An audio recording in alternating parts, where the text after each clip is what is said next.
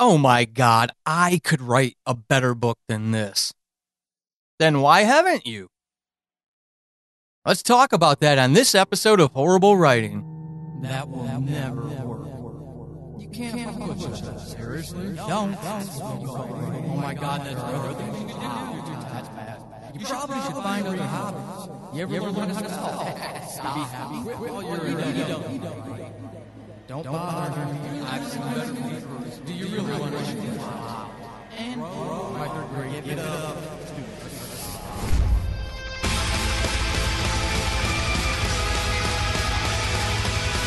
Welcome to Horrible Writing, the rawest, most candid, in-your-face writing show on the interwebs because none of us have time to suck. Let's do this.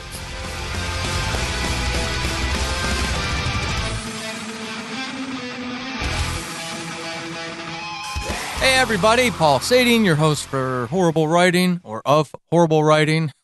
God, strong start right from the get-go. So hey, how many times have you heard that about yourself? How many times have you said that about yourself? How many times have you written that on a frustrated Facebook post? How many books have you read that you could have written yourself or done a better job of or something similar and actually chased your dream of being a published writer, maybe writing for a full time? We do it. We do it so often. We are so critical of things. And for those fleeting moments, we believe in ourselves. And then it's gone. Dissipates. Disappears. Fades. Evaporates. In a wisp. In a flash. Truly catching lightning in a bottle. Talk about an exercise in frustration, right? Where are you at in those moments? When you're reading that story? Watching that movie, that play, and you're thinking about that novel, you're thinking about that short story, you're thinking about that script, and you compare it to your work. Now, I know comparinitis isn't necessarily healthy. Sometimes it can be a good grounding mechanism, a good tool to keep ourselves in check. It also can serve, as long as we're being honest, critical, analytical. It can be a good catalyst to action. But what happens between those moments when you say, I can write a book like this, I can write a better book than this. This script is weak, here, and here. Mine has its own problems, but for the most part, it's just as strong as this.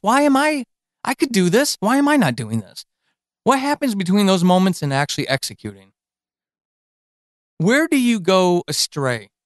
And again, like all the previous episodes of this show, I'm not talking to everyone. There may be a small portion of you who have downloaded this or who are streaming this that I may be talking to. I'm talking to those of you who really want to do this, though. Those of you who want to finish that story, finish that book, finish that script. You want to get published. You want to sell it to somebody. You want to put it into an audio drama and hear a show being created from it. You feel that fire. You're not the passive movie watcher. You know who they are. The people who are stuffing their face with the popcorn, laughing at all the bad jokes, who are getting excited by gratuitous violence or action with no plot. You're not them.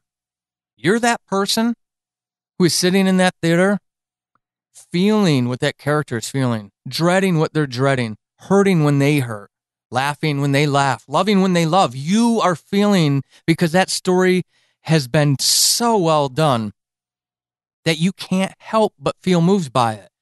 And you feel that burn. You feel that desire, that pull, that tug, that thrust. I need to go write. I need to be at the keyboard right now. I should be doing this. I want to work on my story again. You know those thoughts. You've heard them. You might have heard them even recently, even this morning. Maybe you're listening to this on your way home from work. Another 8 hours of doing something that you don't enjoy. And you stole 10 minutes at lunch to work on that manuscript. And it just wasn't enough. It's never enough. God, I want it so bad.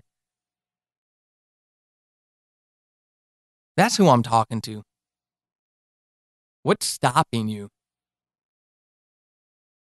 What is it in your situation that is preventing you from reaching that dream? And why are you avoiding the awkward answers? If you are. Now, if you're diligent, if you have your routine, if you're disciplined, and you're working on it every day, maybe with a day off, maybe with the weekends off. I get real nervous about going more than a weekend. But you're diligent and disciplined and you're working towards it. Hey, great. I might not even be talking to you because you're doing. I'm really focused on those people who understand and who have experienced what I was talking about in that movie theater, reading that book, that tug, that pull, that burn. I can do this. I can write this. I could write better than this. Then why aren't you? Why are you only writing 1 day a week, 2 days a week, 3 days a week? Why? You can't find any time in those other 4 days to write? You're busy. Yeah. The kids, I know. The job, exhausting. I get it. All of those things happen to all of us. Those writers that I'm trying to emulate myself. If you listen, they've been there too. And I try to keep that in mind when I'm tired, when I want to take a break, when I want to give up. But they persevered. They plugged on. They kept going. They worked. Sweat equity. They didn't give themselves the excuse, the rationalizations. They resisted all of that. And I'm sure it wasn't easy. I'm sure of it because I go through that too. It's not easy. It takes consistent behavior to reinforce a behavior change. You have to do those things even when you don't want to. It's a lot like taking care of yourself physically, going to the gym. It sucks. It's hard. At the beginning, after the high of starting a workout routine, a couple days into it, maybe a week or two into it, you start fading. By the month after you started, you never go to the gym anymore. You're just paying a monthly bill for something you're not using. Writing isn't different. Making those sacrifices is not different. Sweat equity.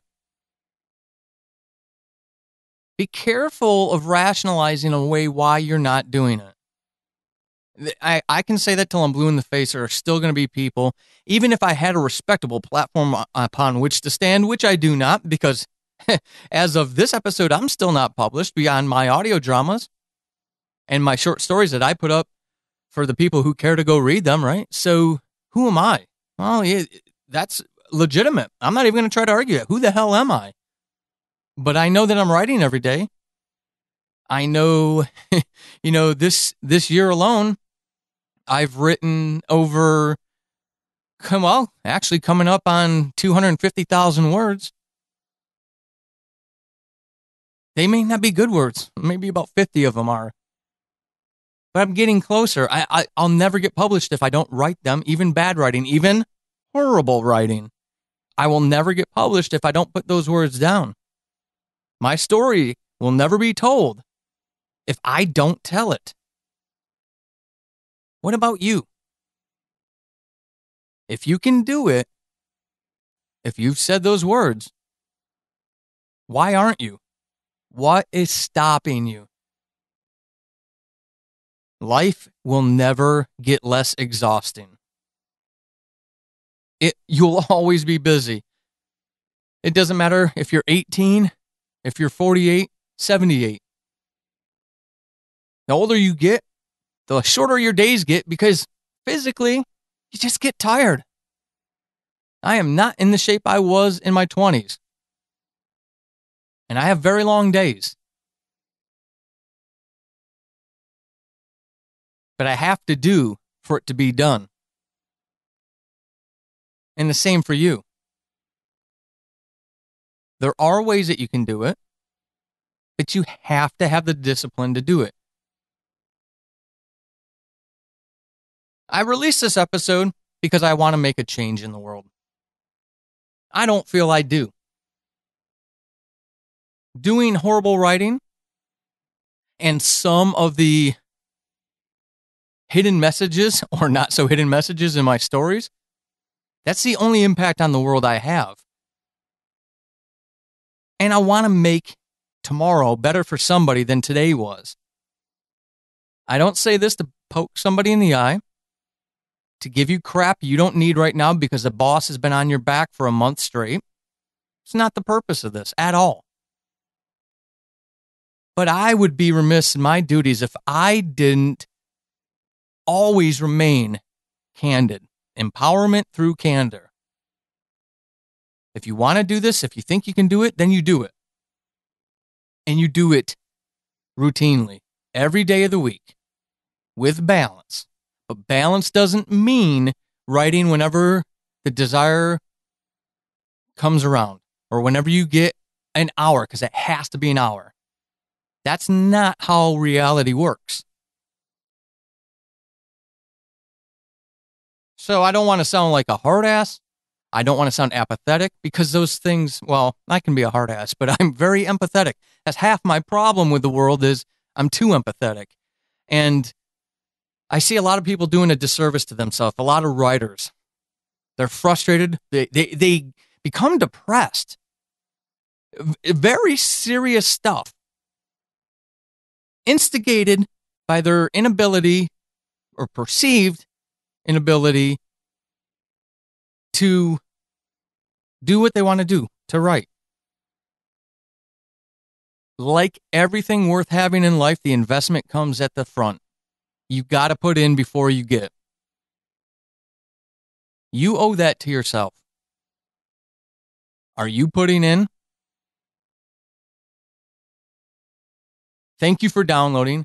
Thank you for listening. If I have not ticked you off, please go over to Apple Podcasts, give this show a 5-star rating and review, and tell your writer friends and anybody who cares to hear about horrible writing. Tell them to subscribe and how much they'll enjoy out of this. Go over to paulsading.com. Check out everything else I have to offer over there, including the audio drama Subject Found, Who Killed Julie will be coming. We're getting closer. Diary of a Madman, very close, and Atheist Apocalypse is already upon us. If you want access to exclusive stuff, you can become a patron, but this show will always, as far as I can tell, remain free. Who knows? Who knows what the future will bring, right? All right. Again, don't walk away feeling like you were just beaten down by one more person in your world. That's not what this was about. This may have been the locker room coach pep talk. But as a listener to this show, you don't listen to be cuddled and coddled. I cannot imagine I've got a single listener who wants to be cuddled and coddled. I think I've made that abundantly clear in the previous 14 episodes. I just got to be real with you. Empowerment through candor. All right, go forth and be epic. This has been Horrible Writing, and hopefully after this episode, you suck less than you did at the beginning.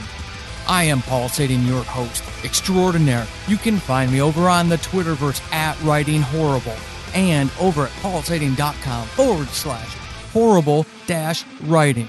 Until next time, suck less.